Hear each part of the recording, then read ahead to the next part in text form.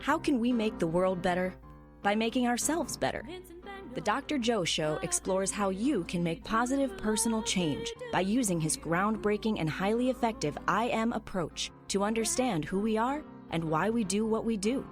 Your small changes can have big effects.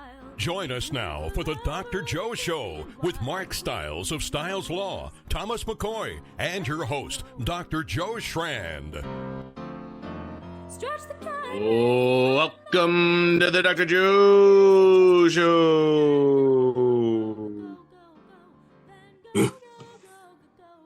Nice. I tell you, Mark, I never tire of that. And I'm just trying to think, it must be 200 plus times that you've done that. Wow. We're having fun. We are having fun. It's really fun. What you been doing over the last week? What kind of fun have you had? So I have a revived faith in humanity. Oh, why is that? So I lost my wallet a week ago.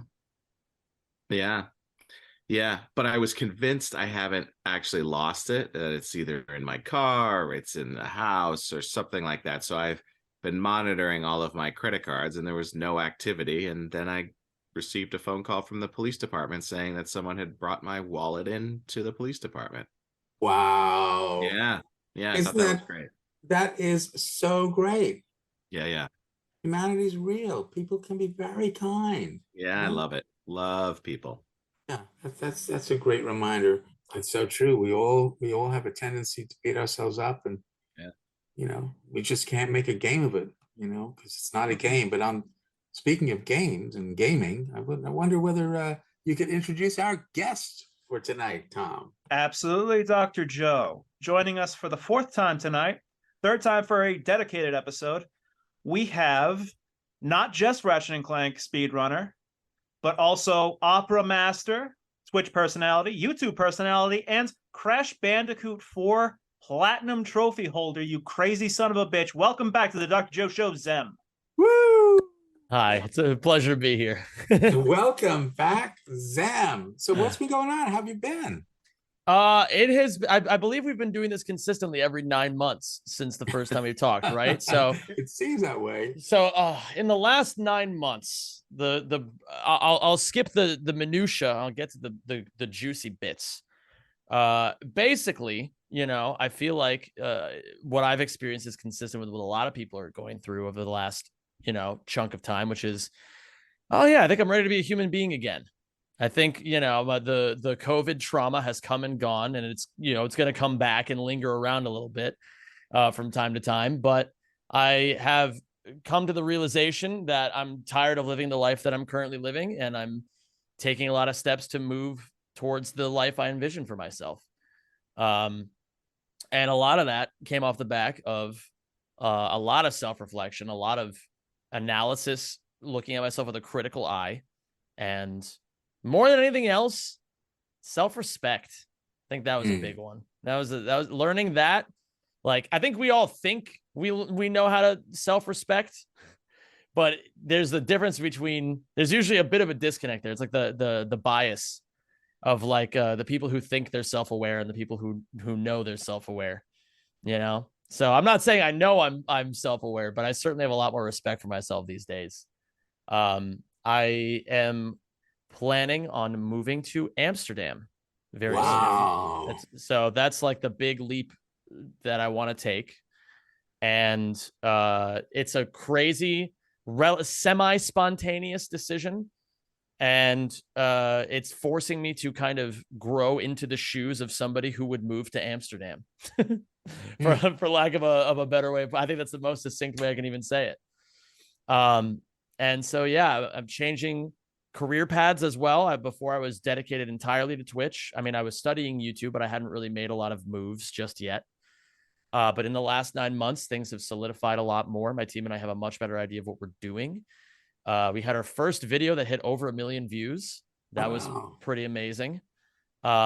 We are currently following a lot of other trends to try to get more videos that have over 1 million views. So it's been a hell of a process. Well, congratulations. First of all, that's incredible. So what's the video? How do we find it? So if you go to YouTube and type Xem, Xem, the first channel that shows up should be mine. It's just like you'll know it because the icon is like a little cartoonish drawing of my face. And then you just click on the profile and it's the featured video on the channel. It's the third most recent video, I believe. It's about I don't know, God of War, right? God of War Ragnarok, in case you guys have heard of it, or it's like a game just about like it was originally about the Greek gods and how one dude basically just goes and massacres all of them. They ran out. He actually ran out of Greek gods to kill. So now they've moved on to the Norse gods. And so it's like very much based around like a lot of the tales of like Odin and Loki and Thor and all the ways they intertwine. And there is a lot of it is very true to the lore, but of course, you have this like unkillable god who's just like murdering everybody. But he also now that he's older and he has a child, he doesn't want to murder people anymore. He wants to be a better man than that. So, there's like growth and development. But he keeps getting thrown in these crazy situations where he kind of has to. and that has attracted 1 million people to watch that. Yeah, they rebooted the series. So the series went originally, it was like an early 2000s game. And then somewhere around like 2010 is when they stopped making games for it. And they took a long hiatus. And then it came back in 2018 on the PlayStation 4. And it had that game has sold over 20 million copies. And so the sequel, the follow-up was obviously going to be like hugely successful, hugely in demand. And I don't know how many people have bought it. They haven't really released a lot of the sales numbers, but it is easily, I think they said in the first week of the game coming out, it had over 5 million sales. So it's, we hit the right concept at the right time. And we had basically we had the know-how to put a video together that beat out all the other people who were making videos like that. Which was really crazy because we were still the niche that we're trying to fill right now. It's called platinum trophying. It's like when you 100% a game, the game, they have like online achievements you can get. And then when you get all of them. Yeah. I want to do an episode on that. Think a digital merit badge, but you get that little dopamine thing. Yeah. Every time the trophy pops up, it's like a little dopamine hit, which is perfect for YouTube because YouTube is about constant re-engagement. I don't want to get, I don't want to go too far down this rabbit hole because I have a tendency of never shutting up about this stuff. But like, basically it's the videos you plot out where each trophy happens. And so each trophy is its own little mini moment. And so, if you have one of these things popping up every 90 to 240 seconds, then it keeps people re-engaged.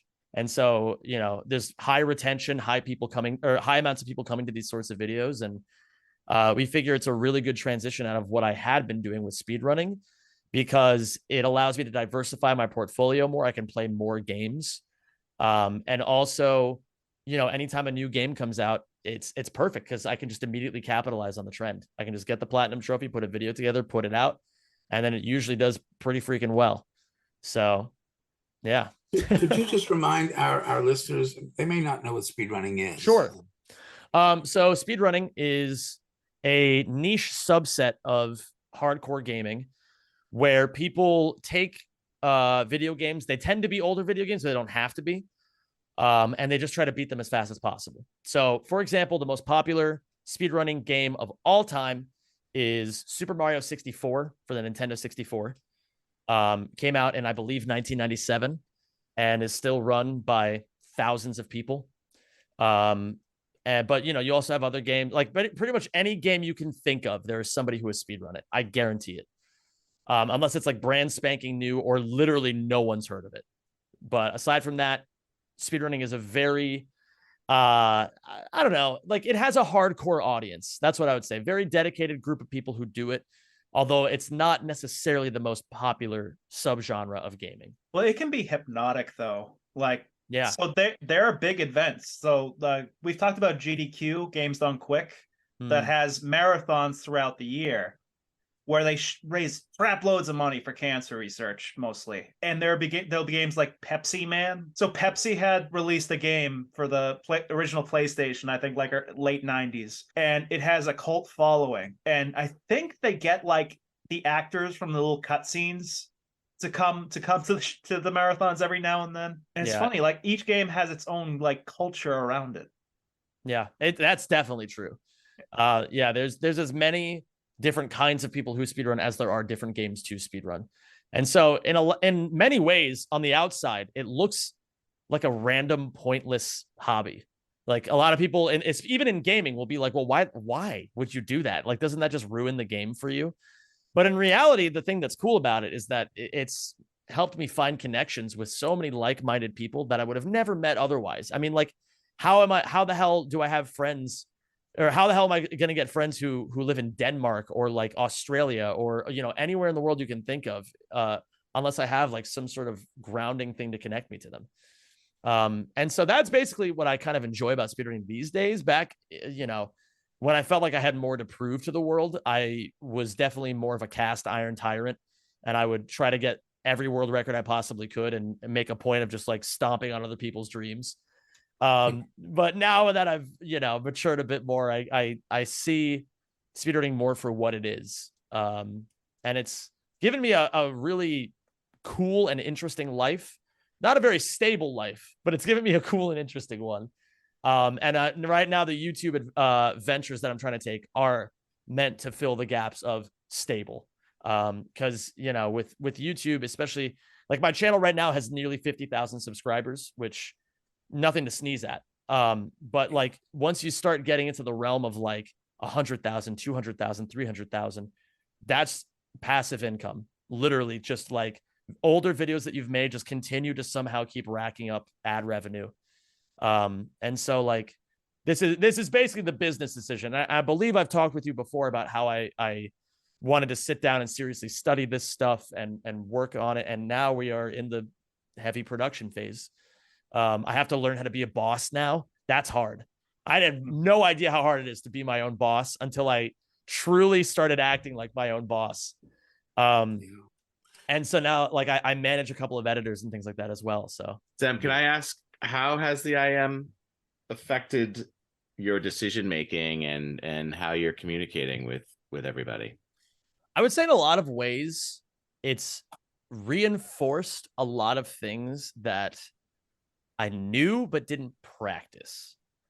You know, because I'll explain a little bit more. So I come from a background where I have been very in touch with the, I guess, with mental health in general.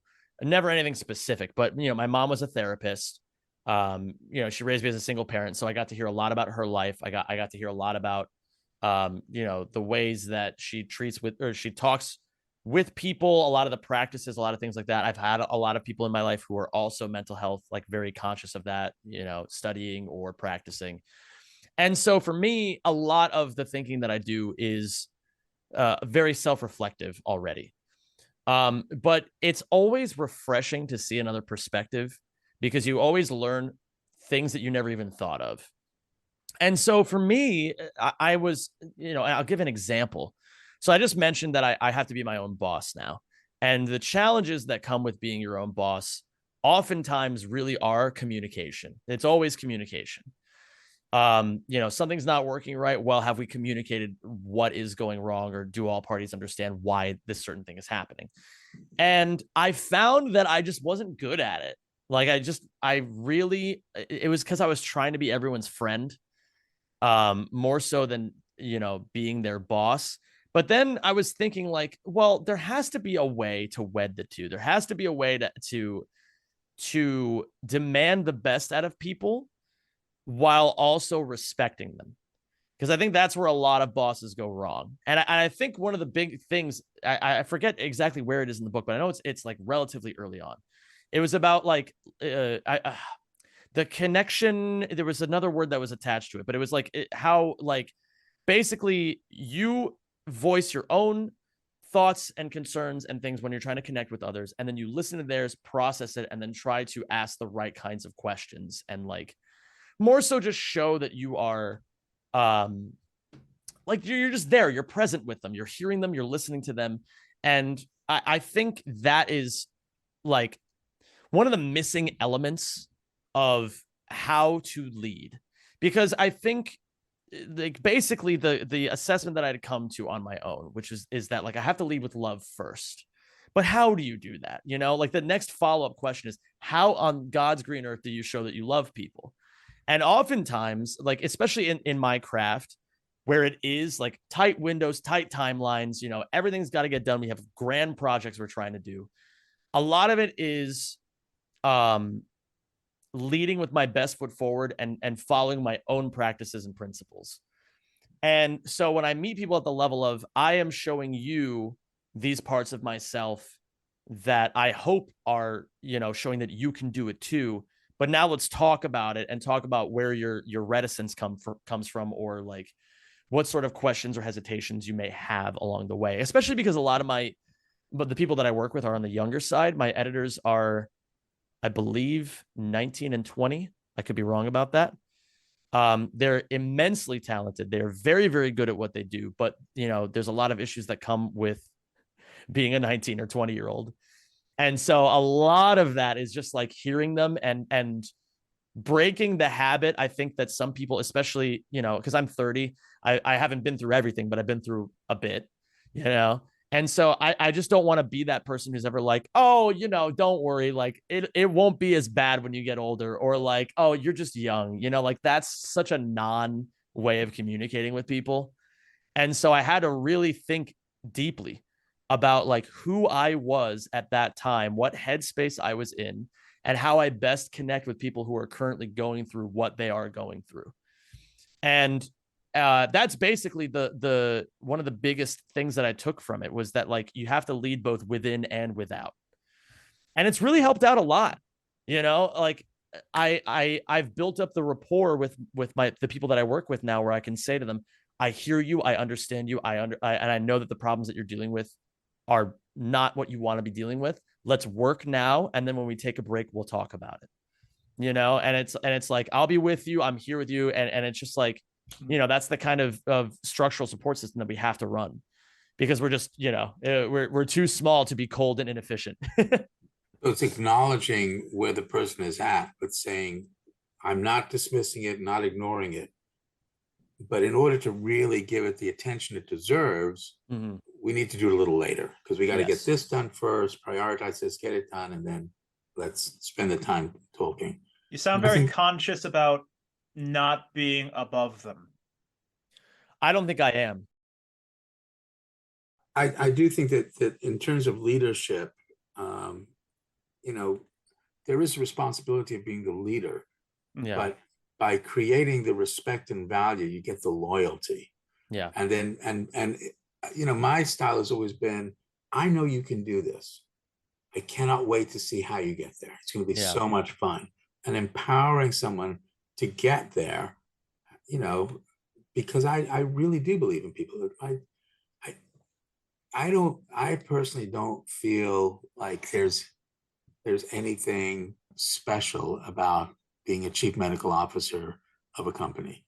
You know, my great privilege is to say, you know, we have incredible people here. Let's see how we can help others. Yeah. And that really is, you know, I mean, that's my field, is helping others. Treat it like a role, not a title. Yeah, it's very true. It's true. And being a role model as well. Say, you know, modeling the way we want people to be.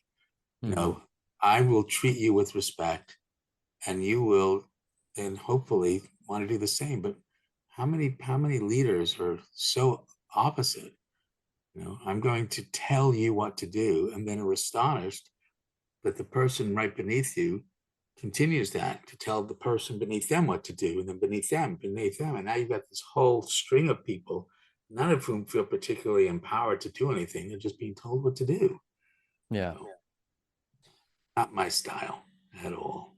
Yeah. I feel like a lot of those people as well, you know, I feel like it starts to warp your mind a bit when you attach way too much of yourself to what you do. And certainly not enough to who you are and what you value.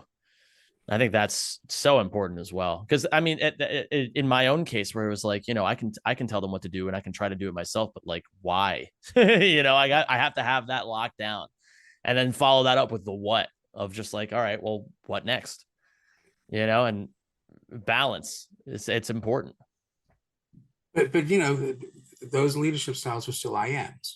Yeah. I mean, that's the best that person can do for whatever reason. What That's was true. going on in their domains that they create that sort of a role model for themselves Yeah. as being that sort of leader. It's an I am, but so to keep looking at it, wondering why is that person doing what they're doing, and then maybe we can help them make a small change if they're not that comfortable. So I really appreciate you looking at the I am.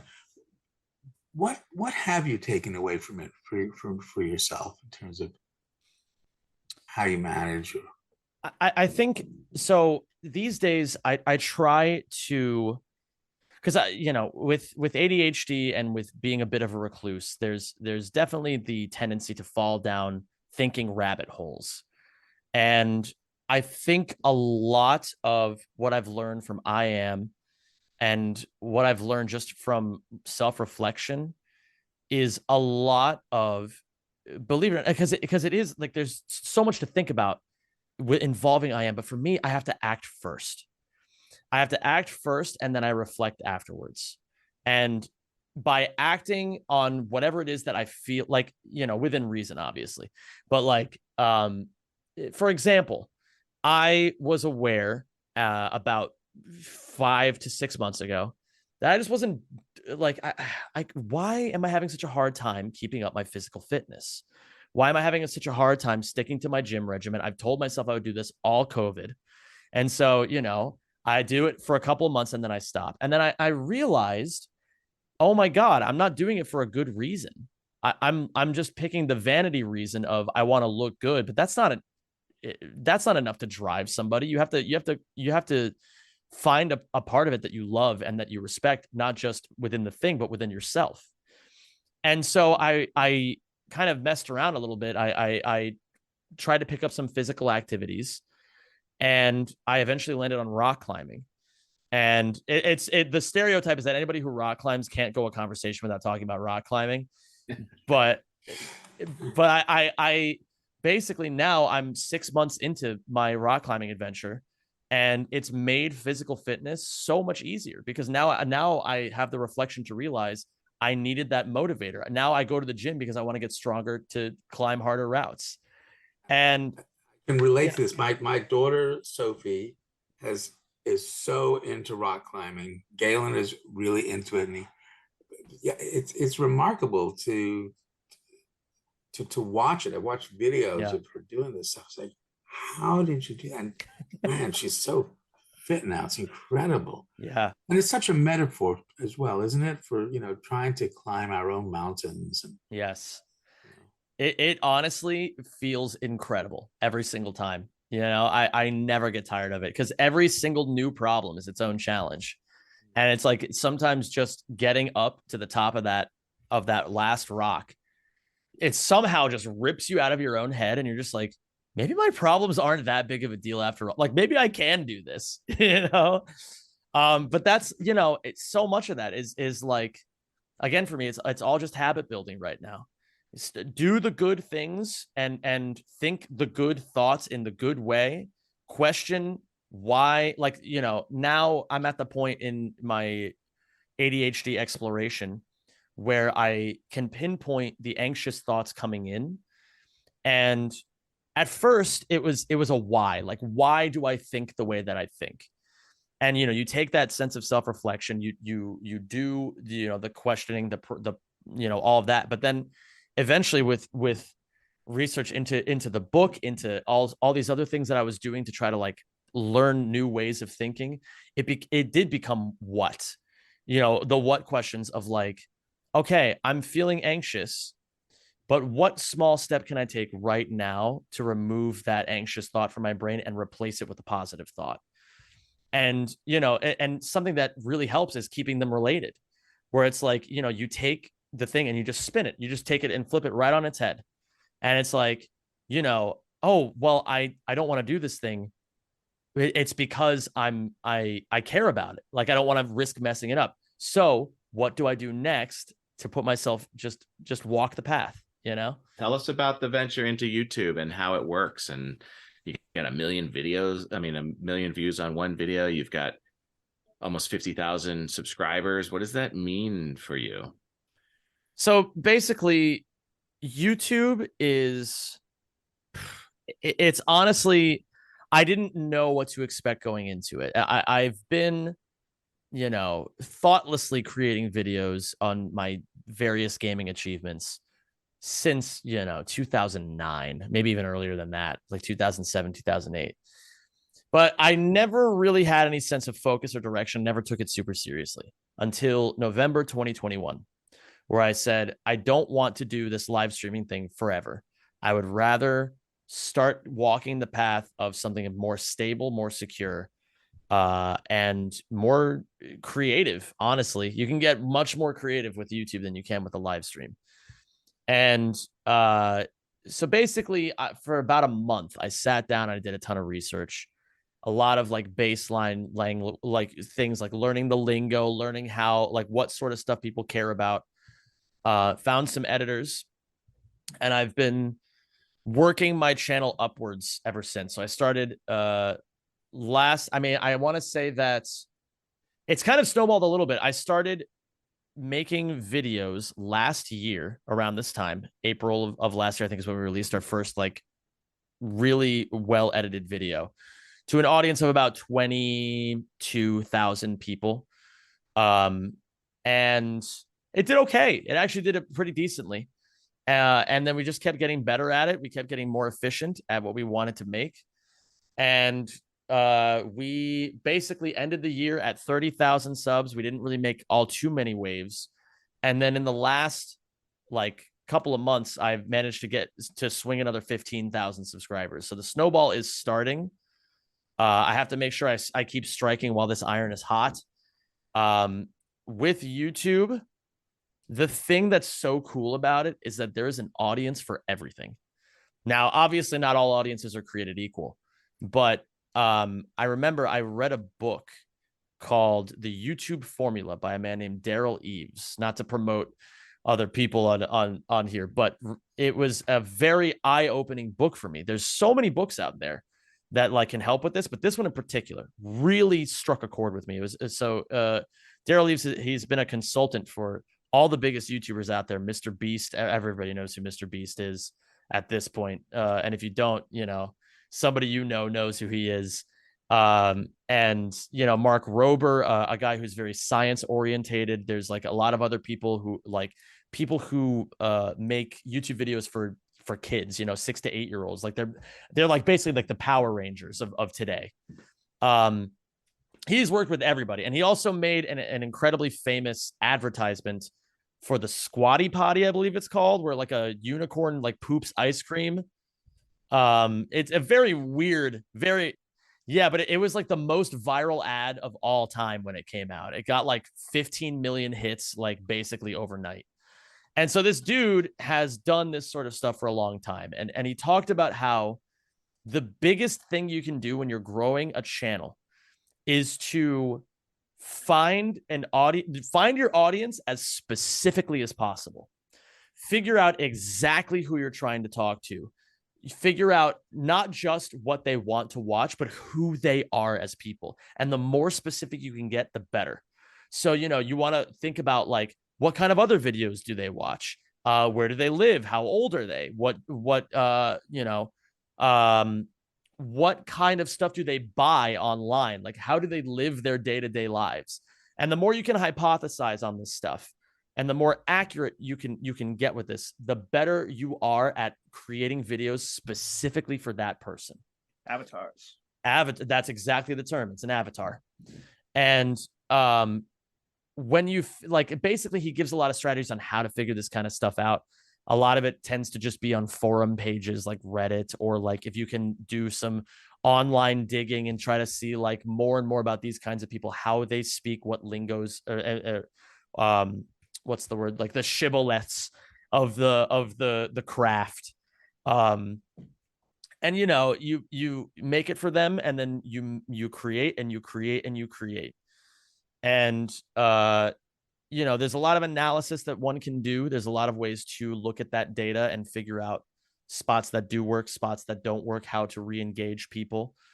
But largely, a lot it's it's crazy how a lot of these people just say like, make the videos, make the best video you possibly can, not just for that person, but also for yourself. Because you have to find that sort of balance in there as well. Now that's obviously, you know, you kind of want to be focusing more on the people than yourself, but you got to obviously do things that you enjoy. And also there's like a notability factor. You have to kind of put yourself out there in a way. It's called a blue ocean strategy. Figure out what kind of videos you want to be creating, even if nobody else is creating those kinds of videos, and just create them. And honestly, sometimes the more different it is from everybody else, the better it can be. Obviously, you know, like how psychologically when we see a building with like a red or yellow sign, we think food. But so you want to make it similar to the people that you're competing against, but different enough that it creates you know, your appeal, who you are, and the kind of things that you want to say. And I just love it a lot because it's just art. It's the most in touch with art I've ever been. Even, you know, I was an opera singer for 10 years before I did this, and I've never felt more in control of my own artistic voice. So that's why I personally love it a lot. I know I just kind of went on a big old tangent, but yeah, I don't know, any questions or comments that you guys have, I'd love to answer them. It's a lot to absorb. I mean, we're, you know, I think being able to find the audience, that alone is a talent. I mean, to have that niche, the Dr. Joe Show is very broad that way. Who we are and why we do what we do. Go ahead, Tom. So, like the opposite is niche. So so our channel on YouTube is a clip channel. It's like VODs for you Twitch, but I've noticed that the two big groups are older people who are very attracted to the Zoom stories. Those are our highest performing videos. And I edit the clips in the fashion of like Sam Cedar, Hasanabi, or Dick Masterson is his clip channel is the one I just pretty much aped. A lot of just podcast listeners because it's a clip show. Yeah. But when you say Zoom, you're not talking about this Zoom. You're talking about the PBS 1972 show Zoom. Yeah, I don't know. That's interesting to me.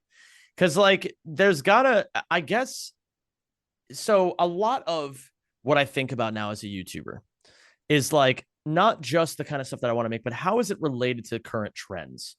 Because you kind of have to think about that. And nostalgia is always a big trend. You know, I think honestly, maybe if the stuff that's similar to Zoom is doing well, you could always try to explore what other shows people who watched Zoom enjoyed and try to see what kind of other stylistic stuff you can throw in there. It's kind of, it's wild because that's another big thing with YouTube. I think the roadblocks that a lot of people tend to face. This is an extremely common problem. I've been through it to death and back, which is that like people just get locked doing the same stuff over and over. And because, you know, they found maybe the one or two things that did well that one time. It's like, oh, let's just copy that. And it's like, yeah, that works for a time. And I certainly know that because I've played the same 3 games on my stream for years now. But eventually, even the most diehard fans get bored of it. And it's all about learning how to make everything 5% different. And in any direction you want. It doesn't matter. You just make a strong choice and just go for it. And then if it works, great. You've got another like series of patterns you can follow and like a new, basically it's called content buckets. And you want to, it like you did say buckets, correct? I just wanted my WATD. Yes. Yeah. This has happened before, actually. That's very specific, but it's happened before. That's right. In the other direction. Yeah. It's like how, you know, the most exciting houses on Halloween are the ones that have tons of options for their candy. I mean, obviously, you know, the most common one is the full candy bars. But like, imagine a house that has 7 different pails or buckets of different kinds of candies. You know, you've got your brownies, you've got your whole candy bars, you've got like, you know, gummies, you've got, you know, little packets of other stuff, whatever. That's going to be the most exciting thing because you can pick anything you want. And similarly, channels that find the stuff that they can diversify with, and it can't be that big of a stretch. It has to be related to each bucket, but each bucket can fill another bucket. And so you know, for example, with the speedrunning that I've done of the game series Ratchet and Clank, it's like, well, yeah, you know, there's not really any new games coming out, no new information, no new stuff there. So what do? Well, we can mod the game so that it's totally different than what people are used to. That's interesting. Or we can play a game that's related to Ratchet and Clank that our audience would still latch onto because, oh, well, I grew up playing this and I also grew up playing this. So, for example, Tom mentioned this at the very, very beginning, but Crash 4 is a game that came out in 2020, and it's notoriously difficult. It is one of the hardest games ever put onto PlayStation. And so we were like, well, you know, I'm trying to do this thing now where I play games and I 100% them and then make a video out of that. I've done that for Ratchet and it did really well. Let's try doing it for Crash. Why the hell not? And it was one of those things where my audience didn't really get it at first because they were so used to me trying to do, like, try to beat a half-hour game as fast as I could, right? And this is this project is taking 10, 20, 30, 40 hours. And people are like, I don't really get it. And then they keep watching and they realize the same, like, level of triumph that they feel when I finally get a new personal best in my speedrunning is the same level of triumph that like happens when I finally beat this ridiculously hard section and get the trophy for it. And this whole venture took 90 hours. I spread it across several weeks. And at the very beginning, there wasn't that much interest. But by the end of it, people were like, holy, like tons of people that were coming in being like, I got really invested in this and I'm just going to watch this now. And I'm like, cool, great to have you. And it's so crazy because, especially on YouTube, with the world of live streaming, things come in and out of favor all the time. But on YouTube, there's always a chance to do something different.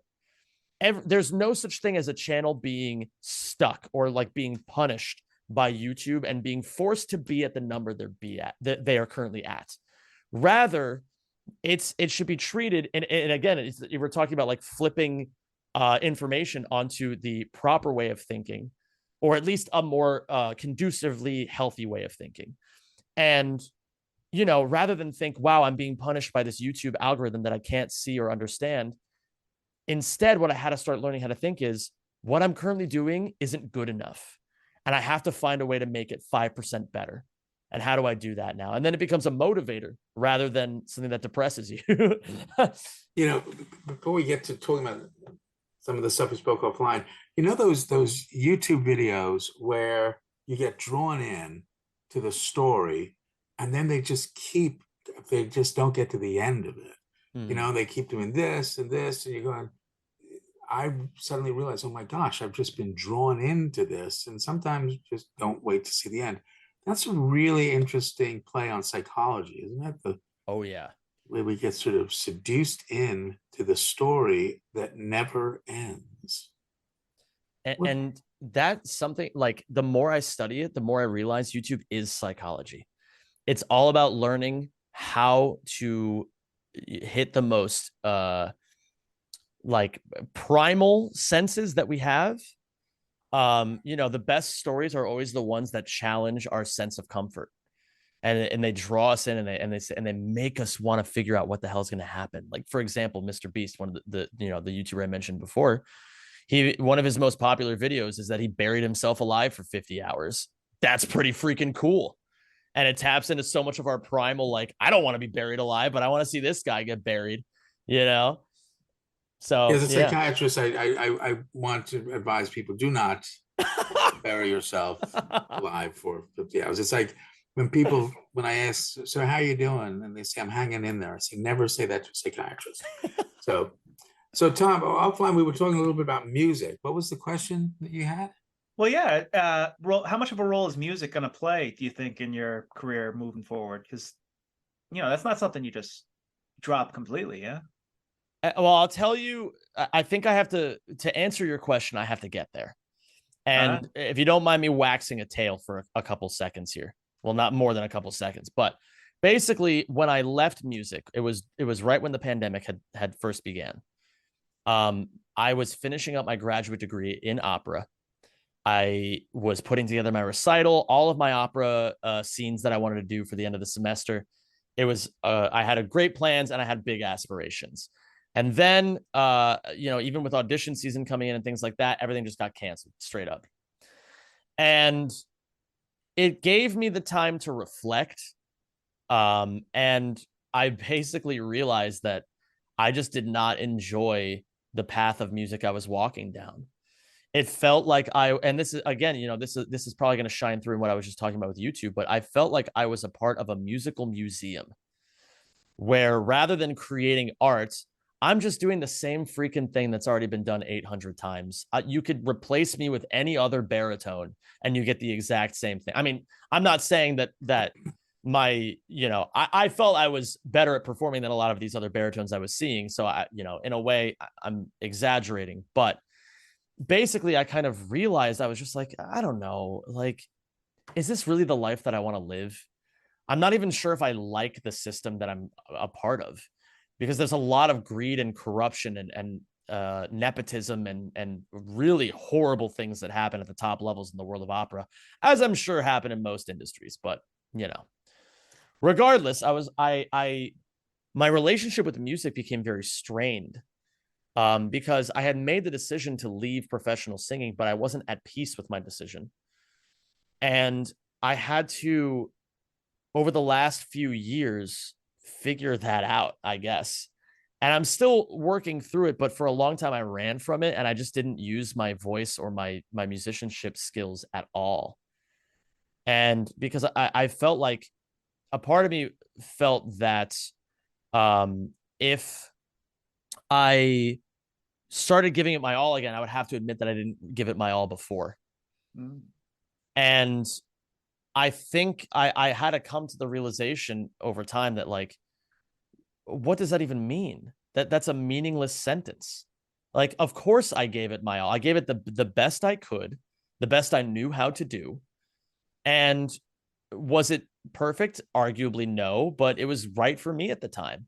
Similar to how I don't have to let that define how I view music in my life right now. And that's been the turning point for me. I remember I basically had that moment where I was sitting at my piano. I had practiced for 15 minutes and I could not bring my brain to what make me practice anymore. And I just started crying.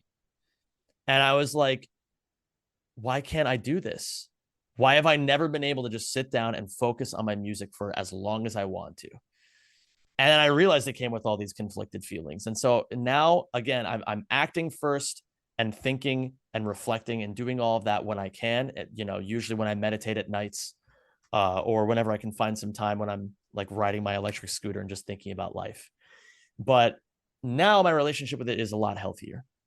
And I'm finally in a position where I can confidently say I am making music for myself. I'm making the music I want to make, the music I love to make. And I'm not good at piano right now. At least I'm not as good as I would like to be someday. But I'm enjoying the process. So music will make a return. I'm already thinking about the various TikToks that I can make and how I'm going to put Subway Surfers gameplay on the bottom to keep people engaged. I gotta ask right now. So if I were to start putting Dr. Joe clips on TikTok, could I use some of your gameplay footage and credit you? I would be honored. As an Easter egg? You are more than welcome to do that. Done. So Dr. Joe and Mark. So there's this, like, I mean, it's a bad sign for the human attention span, but on TikTok, for clips, they'll it's gonna be top bottom is whatever is going on, whether it's like a podcast interview or something like that. The bottom is this game like Subway Surfers, or which is just like a little arcade game, or like Minecraft gameplay or something like that, or like people cutting soap, or like those like satisfying just watching videos. Yeah, just to, like, so that you hold your attention and listen. Like I said, maybe a bad sign for the human attention span, but I guess it's effective. Well, our attention span is designed to be minimal, really, because we want to be sure we're not missing a predator somewhere else. But we've been asked to do a lot more with it, which is important to build a civilization and society. It's important to be able to pay attention for a little bit longer. But I think that TikTok is fascinating the way it has captured such a large population. Mhm. There is that there is that limbic component to it where it's just, quick, fun, done, let's go on to something else. How that translates into living your life, on the other hand, may give you some challenges as you move forward, because it is important to be reflective, not just reflexive. That's part of Yeah. the I am. We're going to be reflexive. We're going to be limbic, and that's critical to our survival. But then, just as you're doing them, you're reflecting what will happen next if I keep doing this now. Mhm. That's not a limbic function at all. That is absolutely prefrontal cortical. Mhm. The limbic system does not plan.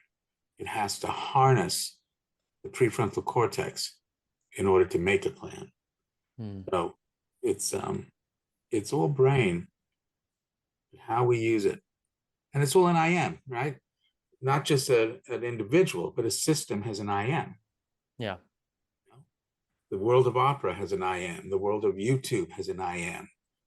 Yeah. Our entire country has an I am. We're influenced by what's happening in the world.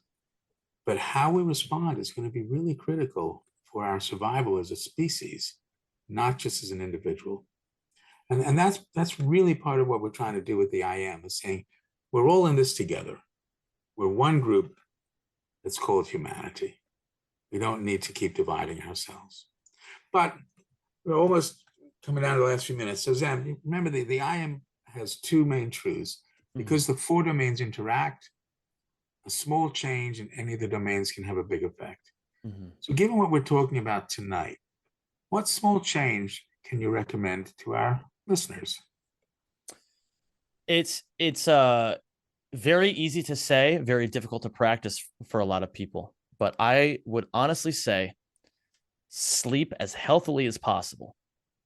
That is something I think it's something I've struggled with my whole life. I've always had a bad sleep schedule. But all of the changes that I make for myself are only possible when you set yourself up with that level of respect, where you say, it is now time for me to wind down, start getting ready for bed, treat it like a ritual, and sleep for as long as you can. You cannot make big changes if you're not giving yourself adequate rest.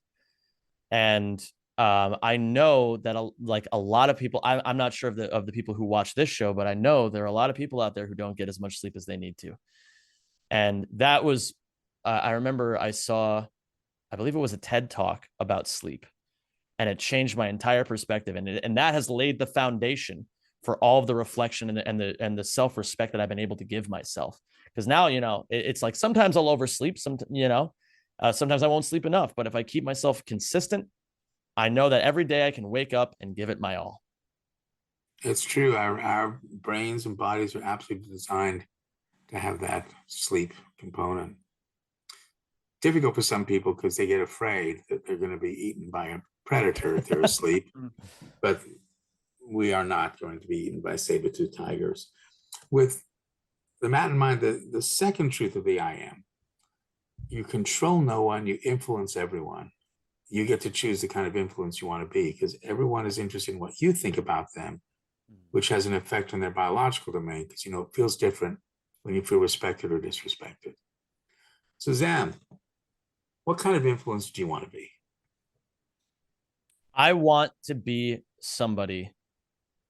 I think you have asked me this question before, and I believe I answered as somebody who wants to help others and make their lives a bit easier. I don't think that's my answer anymore. I actually personally would rather inspire people than help them. I don't want to fix their problems. I want to show them that if they put their best feet forward, they can fix their own problems. They have that inner strength. I think that's great. And that is so I am. It really is. You're doing the best you can. If you don't like it, you can change it. Mm-hmm. You don't need to devalue yourself, feel that you're broken. You can do this. Zam, I think inspiration is a great influence on people. I appreciate so too. because you are clearly influencing people and inspiring them through that. It's really important. Really important. I'm very grateful for that. Thank you. And I'm grateful for you being on the show. And it is true. It's like every 9 months we hear about a new birth for Zem, and we're looking forward to the next one. So when do you think you're gonna head overseas? Ideally the end of July, early August. Realistically, it's just handling the process of finding a lawyer who can help me with my visa, my passport stuff, and just finding a place to live. But when you're there, you're gonna come back on the show. Time difference, understood. It's been great. I hope everybody has a wonderful, wonderful evening, and we'll see you next week on the Dr. Joe Show. Bye, everyone. Thanks everybody. Bye.